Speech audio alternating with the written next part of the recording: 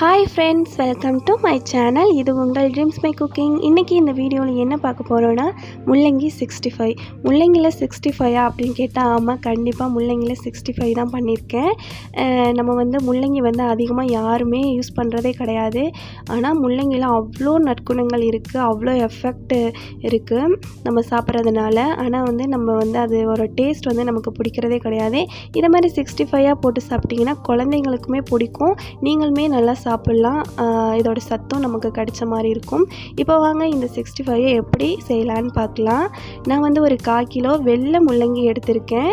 அதை இதுமாரி ஸ்கொயர் ஷேப்பில் கட் பண்ணி எடுத்திருக்கேன். மார்க்கெட்டில் சிகப்பு முள்ளங்கின்னு ஒன்று இருக்கும், அது டேஸ்ட்டும் சூப்பராக இருக்கும். பட் அந்த அளவுக்கு சத்துக்கள் அதில் கிடையாது. நம்ம எப்போதுமே வெள்ளை முள்ளங்கி தான் உணவில் சேர்த்துக்கணும். இப்போது இதில் நான் 3 டேபிள் ஸ்பூன் அளவுக்கு கடலை மாவு சேர்த்துக்கிறேன். 1 டேபிள் ஸ்பூன் அளவுக்கு நான் அரிசி மாவு சேர்த்துக்கிறேன். 1 டேபிள் ஸ்பூன் அளவுக்கு கறி மசாலா தூள் சேர்த்துக்கிறேன். 1 டேபிள் ஸ்பூன் அளவுக்கு கரம் மசாலா சேர்த்துக்கிறேன். 1 டீஸ்பூன் அளவுக்கு மஞ்சத்தூள் சேர்த்துக்கிறேன். 1 டேபிள் ஸ்பூன் அளவுக்கு இஞ்சி பூண்டு பேஸ்ட்டு சேர்த்துக்கிறேன். அடுத்தது கருவேப்பிலை இருக்குது பார்த்திங்களா, அதை நல்லா பொடி பண்ணி சேர்த்துக்கோங்க. இதோட ஃப்ளேவர் சூப்பராக இருக்கும், அதுக்காக தான் நான் பொடி பண்ணி சேர்த்துக்கிறேன். நம்ம கிள்ளி சேர்க்குறதுனால சேர்த்துக்கலாம், பட் இதை மாதிரி பொடி பண்ணி சேர்த்தோம்னா கருவேப்பிலோட சத்தும் கூட நமக்கு கிடைக்கும். அதுக்கப்புறம் மல்லி இலை இருக்குது பார்த்திங்களா, அதையும் இதுமாரி பொடி பண்ணி நான் சேர்த்துக்கிறேன். அதுக்கப்புறம் முள்ளங்கிக்கு தேவையான உப்பு சேர்த்துக்கோங்க. உப்பு சேர்க்கும் போது கொஞ்சம் பார்த்து சேருங்க, ஏன்னா முள்ளங்கி உப்பை அவ்வளோதான் இழுத்துக்காது. நான் கொஞ்சம் கலர்ஃபுல்லாக இருக்கணுன்றதுக்காக கொஞ்சோண்டு கலர் பொடி சேர்த்துருக்கேன். நான் சில்லி பவுடர் சேர்க்கல, ஏன்னா இந்த 65 கொஞ்சம் காரம் இல்லாமல் இருந்தால் நல்லாயிருக்கும்.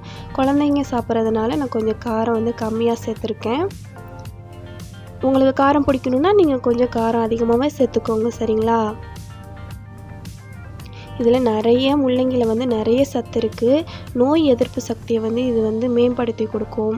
அதுக்கப்புறம் இதில் நிறைய நீர் சத்து இருக்குது, இதில் நிறைய நற்குணங்கள் இருக்குது. நம்ம வீக்லி ஒரு 2 டைம்ஸ் இதை மாதிரி சாப்பிட்லாம், இல்லைன்னா பொரியல் பண்ணி கூட சாப்பிட்லாம். நம்ம கொஞ்சம் கொஞ்சமாக தண்ணி ஊற்றி பிசைஞ்சிக்கணும். ஃபஸ்ட்டே தண்ணி ஊற்றி பிசைஞ்சிடாதீங்க, ஏன்னா முள்ளங்கியில் கொஞ்சம் தண்ணி இருக்கும். அதுவும் இல்லாமல் தண்ணி விடுன்னு சொல்லுவாங்க முள்ளங்கி, அதனால் நீங்கள் கொஞ்சமாக தண்ணி ஊற்றி வச்சுக்கோங்க.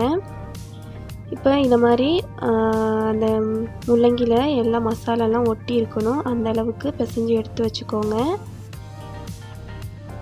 இந்த முள்ளங்கி ஒரு 2 நிமிஷம் ஊறட்டும், ரொம்ப ஊற வச்சிடாதீங்க, தண்ணி குடிச்சிரும்.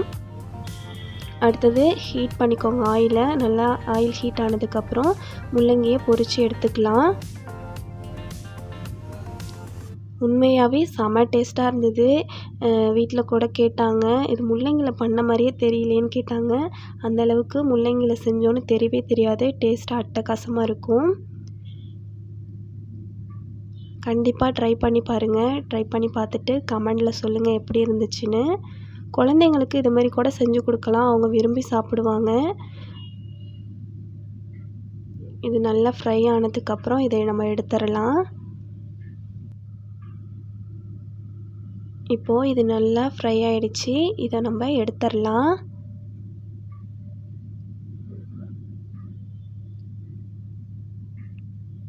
இது மாதிரி நீங்களும் கண்டிப்பாக வீட்டில் ஈவினிங் ஸ்நாக்ஸாக கூட ரெடி பண்ணி சாப்பிட்லாம், நல்லா தான் இருந்துச்சு. இப்போது நம்ம எல்லாத்தையும் எடுத்தாச்சு, இதை ஒரு பிளேட்டில் ட்ரான்ஸ்ஃபர் பண்ணிக்கலாம். இது எனக்கு மீதி கொஞ்சம் மாவு கிண்ணத்தில் ஒட்டி இருந்ததா, அதை கொஞ்சமாக ஆனியன் கட் பண்ணி அதை சேர்த்து அதை பொரித்து எடுத்துக்கிட்டேன். அதையும் சேர்த்து வச்சு தான் சாப்பிட்டேன், செம்ம டேஸ்ட்டாக இருந்துச்சு. இப்போ பாருங்கள், நான் சாப்பிட்டு காட்டுறேன். பாருங்கள், முள்ளங்கி தெரியுதா, செம்ம டேஸ்ட்டாக இருந்தது. முள்ளங்கியில் தான் செஞ்சோன்றதே தெரியவே இல்லை, அந்த அளவுக்கு நல்லா இருந்துச்சு. அதையும் சேர்த்து நான் எடுத்து வச்சு சாப்பிட்டு பார்த்தேன், செம்ம டேஸ்ட்டாக இருந்தது. இது நீங்கள் சாம்பார் கூட இல்லை ரசம் அதை மாதிரி செஞ்சு கூட சாப்பிட்லாம், அதுக்கும் நல்லா தான் இருக்கும். இந்த வீடியோ உங்களுக்கு பிடிச்சிருந்ததுன்னா லைக் பண்ணுங்கள், ஷேர் பண்ணுங்கள் அண்ட் மறக்காமல் சப்ஸ்கிரைப் பண்ணிவிட்டு பக்கத்தில் இருக்கிற பெல் பட்டனை கிளிக் பண்ணுங்கள். தேங்க்யூ.